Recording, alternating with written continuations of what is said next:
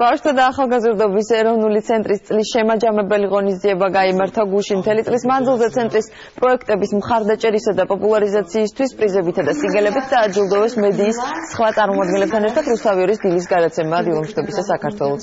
სხვა შუადღე და კურიერი. საღამოზე ნაჩვენები იქნა ბავშვთა და ახალგაზრდობის ეროვნული ცენტრის პროექტების შესახებ ვიდეო რგოლები ღონისძიებაზე, ასევე პანოს პრეზენტაციაც მოეწყო, რომელიც ახალგაზრდა მხატვრებმა ვეფხის ყაოსნის მოტივებზე შექმნეს.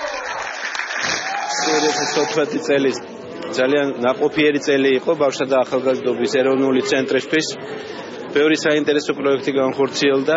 ეს ბავშვები არიან მოტივირებული, რომ ჩართული იყოს სხვადასხვა აქტივობებში, ეს არის კულტურული შემოქმედებითი, სპორტული და ჩვენ რა თქმა უნდა ხელი უნდა შევუწყოთ ყველა ამ აქტივობას. სულ 30-მდე პროექტი განხორციელდა ბავშვთა და ახალგაზრდობის ეროვნული ცენტრის მიერ, რომელშიც მონაწილეობა მიიღო 900-მდე მოსწავლე ახალგაზრდა. ჩვენ მე დიდი იმედი მაქვს, მომავალში ეს რიცხვი კიდევ უფრო გაიზრდება.